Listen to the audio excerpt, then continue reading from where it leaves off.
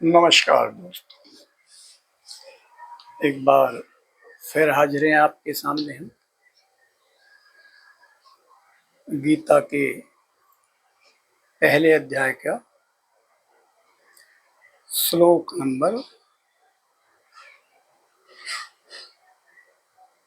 36। ये टोटल जो गीता जी में श्लोक हैं अध्याय वाइज,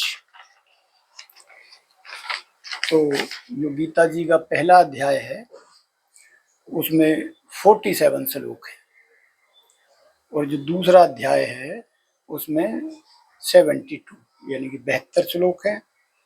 तीसरे अध्याय में 43 श्लोक हैं, चौथे अध्याय में 42 श्लोक हैं और पांचवें अध्याय में 29 श्लोक हैं, छठे अध्याय में 47 श्लोक हैं, सातवें अध्याय में 30 श्लोक हैं, आठवें अध्याय में 27, नौवें में 34, 10वें अध्याय में 42, 11वें में 55, 12वें में 20 और 13वें में 35, 14वें में 27, 15वें में 20, 16वें में 24, 17वें में 28 और 18वें में 78। इस तरीके से टोटल गीता के 18 अध्याय में 700 श्लोक हैं और हम आपको अब ये श्लोक वाइज कोशिश कर रहे हैं ताकि थोड़ा और समझ में आए हमारी,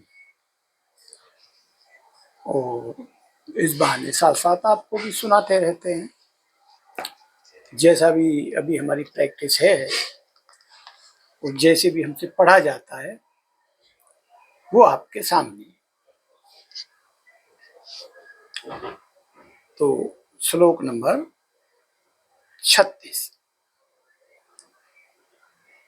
पापमेवा श्रेदश्मा हन्ते तानात तायनी तस्मात्रः क्याम हन्तुम धृतराष्ट्रं संबंधवान स्वजनम ही कंथम हत्वा सुखनी श्याम माधवा। अर्जुन कह रहे हैं श्री कृष्ण भगवान जी से, यदि हम ऐसे आताताइयों का वध करते हैं तो हम पर पाप चढ़ेगा। अंत यह उचित नहीं होगा कि हम धृतराष्ट्र के पुत्रों तथा उनके मित्रों का वध करें।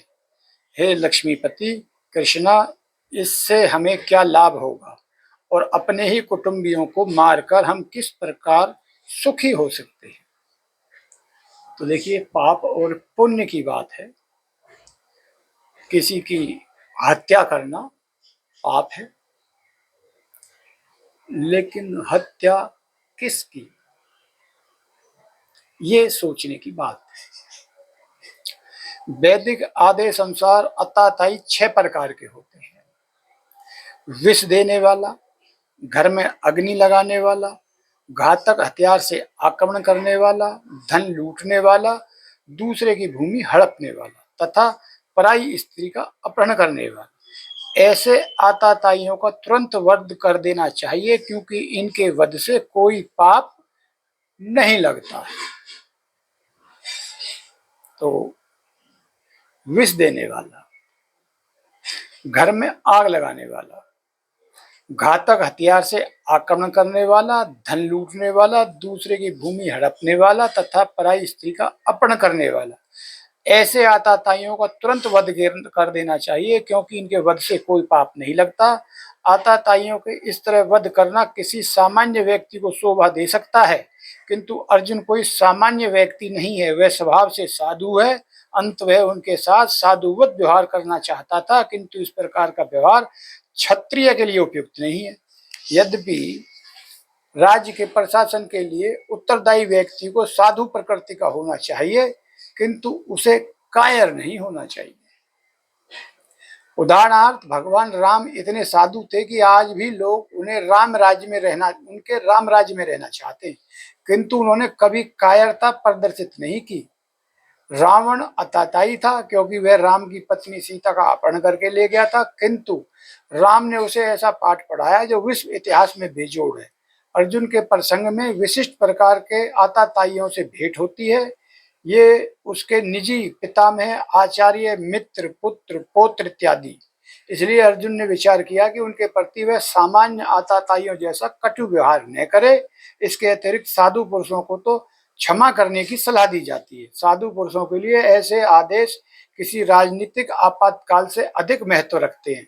इसलिए अर्जुन ने विचार किया कि राजनीतिक कारणों से स्वजनों का वध करने की अपेक्षा धर्म तथा सदाचार की दृष्टि से उन्हें क्षमा कर देना श्रेयस्कर होगा। अंत क्षणिक शारीरिक सुख के लिए इस तरह वध करना लाभप्रद नहीं होगा।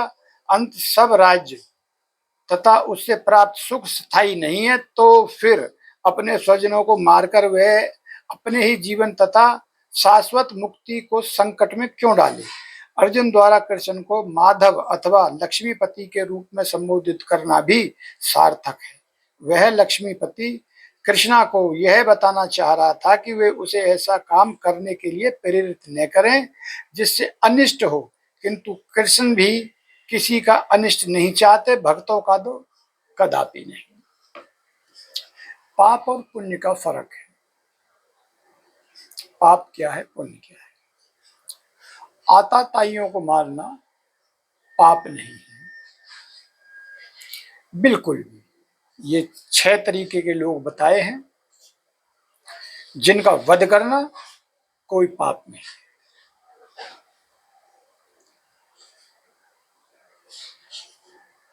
जिस युग में हम रह रहे हैं, इस युग में जुर्म हो सकता है यहां के कानून से, लेकिन परमात्मा की नजर में पाप नहीं। अगर इस तरीके के लोग हैं, उनका वध कर ही देना चाहिए। यद्यपिते न पश्यन्ति लोगोपहत चेतमा कुलच्छम कृतम दोषम मित्र दोहे च पातकम कथम न गेम समाभि पापादस्मिन् वर्तितुम कुल क्षय कृत दोषम परपश्य जनार्दन। हे जनार्दन, यद्यपि लोभ से अभिभूत चित्त वाले ये लोग अपने परिवार को मारने या अपने मित्रों से द्रोह करने में कोई द्वेष नहीं देखते, किंतु हम लोग जो परिवार के विनिष्ट करने में अपराध देख सकते हैं, ऐसे पाप कर्मों में क्यों प्रवृत्त हों। ये एक साधु बोल रहा, क्षत्रिय नहीं बोल रहा। युद्ध के मैदान में ये एक साधु आदमी, भले मनुष्य, तात्पर्य क्षत्रिय से यह ऐसा नहीं की जाती कि वह अपने विपक्षी दल द्वारा युद्ध करते या जुआ खेलने को आमंत्रण दिए जाने पर मना करे। ऐसी अनिवार्यता में अर्जुन लड़ने से इनकार नहीं कर सकता, क्योंकि उसको दुर्योधन के दल ने ललकारा था। इस प्रसंग में अर्जुन ने विचार किया कि हो सकता है कि दूसरा पक्ष इस ललकार के परिणामों के प्रति अनभिज्ञ हो, किंतु अर्जुन को तो दुष्परिणाम दिखाई पड़ रहे थे। अंत यह इस ललकार को स्वीकार नहीं कर सकता। यदि परिणाम अच्छे हो तो कर्तव्य वस्तुत पालनीय है, किंतु यदि परिणाम विपरीत हो तो हम उनके लिए बाध्य नहीं होते। इन पक्ष विपक्षों पर विचार करके अर्जुन ने युद्ध न करने का निश्चय किया। ये अर्जुन की देखो अपनी बुद्धि है। साधु आदमी हमेशा वो ही सोचता है, लेकिन जो उसके सामने खड़े हैं उनको इसके विचारों से कोई लेना देना नहीं है। वो तो इनके मारने के लिए आतुर खड़े हैं। वो तो सोच रहे हैं कब हम इनको निपटाएं, झंझट ही खत्म हो। कुल क्षये पनशन्ति कुल धर्म सनातना धर्मे नष्टे कुलम कृत सत्रम धर्मोस विभुत्युत। कुल का नाश होने पर सनातन कुल परंपरा नष्ट हो जाती है। इस तरह शेष कुल भी अधर्म में प्रवृत्त हो जाता है। वर्ण आश्रम व्यवस्था में धार्मिक परंपराओं के अनेक नियम हैं, जिनकी सहायता से परिवार के सदस्य ठीक से उन्नति करके आध्यात्मिक मूल्यों की उपलब्धि कर सकते हैं। परिवार में जन्म लेकर मृत्यु तक के सारे संस्कारों के लिए वायोवृद्ध लोग उत्तरदायी होते हैं, किंतु इन वायोवृद्धों की मृत्यु के पश्चात संस्कार संबंधी पारिवारिक परंपराएं रुक जाती हैं और परिवार के जो तरुण सदस्य बचे रहते हैं वे अधर्म में, वैष्णव में प्रवृत्त होने से मुक्ति लाभ से वंचित रह सकते हैं। किसी भी कारणवश परिवार के वायुबुद्धों का वध नहीं होना चाहिए।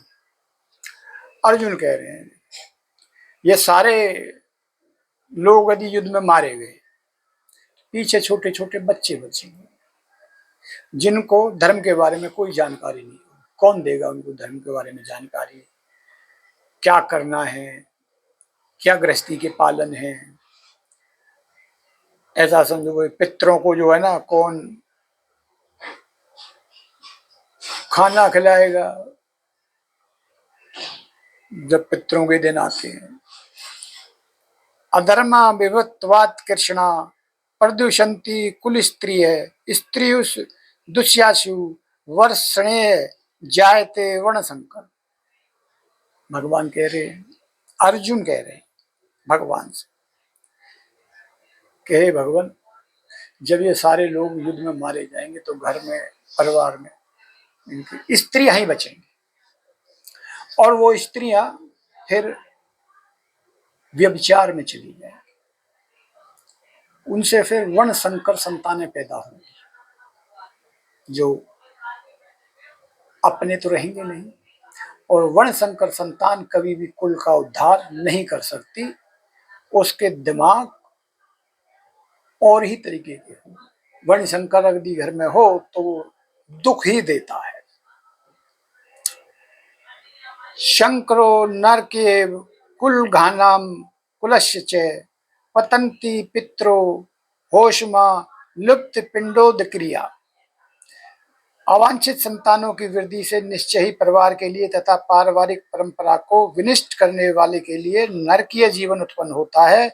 ऐसे पतित कुलों के पुरखे गिर जाते हैं क्योंकि उन्हें जल तथा पिंड दान देने की क्रियाएं समाप्त हो जाती।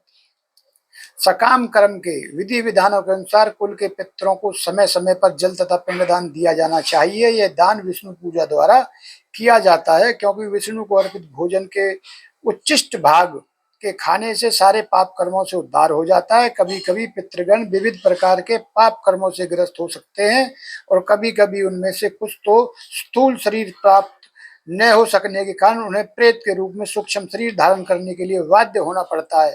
अंत जब वंशजों द्वारा पितरों को बचा प्रसाद अर्पित किया जाता है तो उनका प्रेत योनि या अन्य प्रकार के दुख में जीवन से उद्धार होता है। पितरों को इस तरह की सहायता पहुंचाना कुल परंपरा है, और जो लोग भक्ति का जीवन यापन नहीं करते उन्हें अनुष्ठान करने होते हैं। केवल भक्ति करने से मनुष्य सैकड़ों क्या हजारों पितरों को ऐसे संकटों से उबार सकता है। भागवत में कहा गया है, ये भागवत का दोहा है, देवर्षि भूतातिर्पणा पितृणा न किंकरो नायमेणी च राजन सर्वत्मना ये शरणाम शरण्यम गतो मुकुंदम परिहत्य कर्तम। जो पुरुष अन्य समस्त कर्तव्यों को त्याग कर मुक्ति के दाता मुकुंद के चरण कमलों की शरण ग्रहण करता है और उस पथ पर गंभीरता पूर्वक चलता है, वह देवताओं, मुनियों, सामान्य जीवों, सज्जनों, मनुष्यों और पितरों के प्रति अपने कर्तव्य या शरण से मुक्त हो जाता है। श्री भगवान की सेवा करने से ऐसे दायित्व अपने आप पूरे हो जाते हैं। देखिए सामने वाला कहां तक सोच रहा है।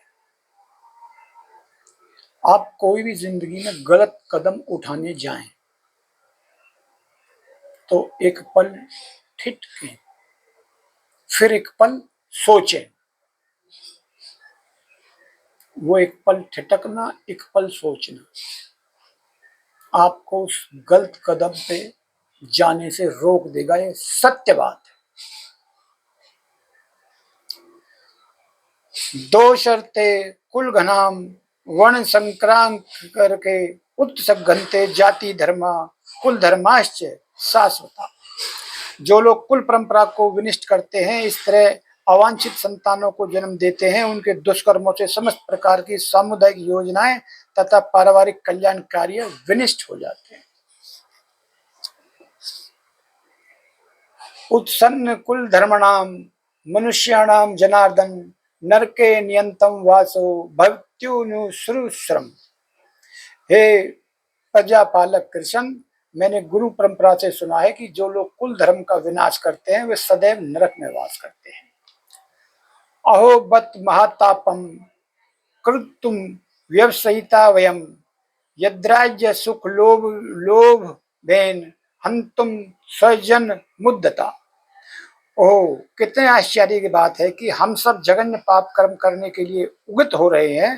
राज्य सुख भोगने की इच्छा से प्रेरित होकर हम अपने ही संबंधियों को मारने पर तुले हुए हैं।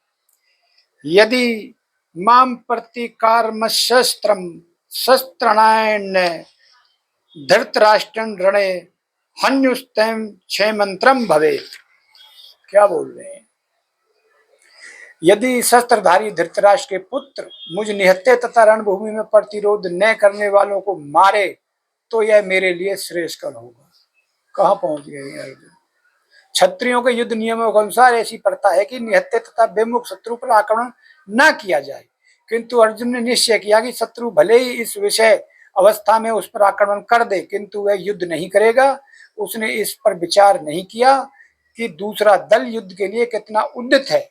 इन सब लक्षणों के कारण उसका दयाद्रता है जो भगवान के महान भक्त होने के कारण उत्पन्न हुई। अर्जुन ऐसा सोचता है क्योंकि भगवान साथ है। जिनके साथ भगवान हो वो ऐसा सोचे, ये स्वाभाविक ही। दूसरी तरफ अभिमन्यु को उन लोगों ने निहत्था मार दिया था। उन्होंने एक पल भी सोचा नहीं कि निहत्थे पे हथियार ना चलाएं। एव मुक्तार्जुन संख्ये रथोपस्थम उपाविशत विसंजय संसारम चापम शोक सविग्रामनम। संजय ने कहा, युद्ध भूमि में इस प्रकार कहकर अर्जुन ने अपना धनुष तथा बाण एक ओर रख दिए और शोक संतप्त चित्त से रथ के आसन पर बैठ गया। अपने शत्रु की स्थिति का अवलोकन करते समय अर्जुन रथ पर खड़ा हो गया था, किंतु वह शोक से इतना संतप्त हो गया कि अपना धनुष बाण एक ओर रखकर रथ के आसन पर पुनः बैठ गया। ऐसा दयालु तथा कोमल हृदय व्यक्ति जो भगवान की सेवा में रत हो, आत्म ज्ञान प्राप्त करने के योग्य है। इस प्रकार भगवत गीता के प्रथम अध्याय कुरुक्षेत्र के स्थल में सैन्य निरीक्षण को भक्ति वेदांत तत्पर्यंत पूर्ण हुआ।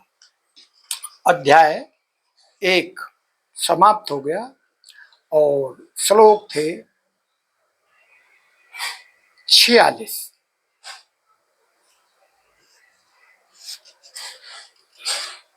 सही पढ़ रहा हूं?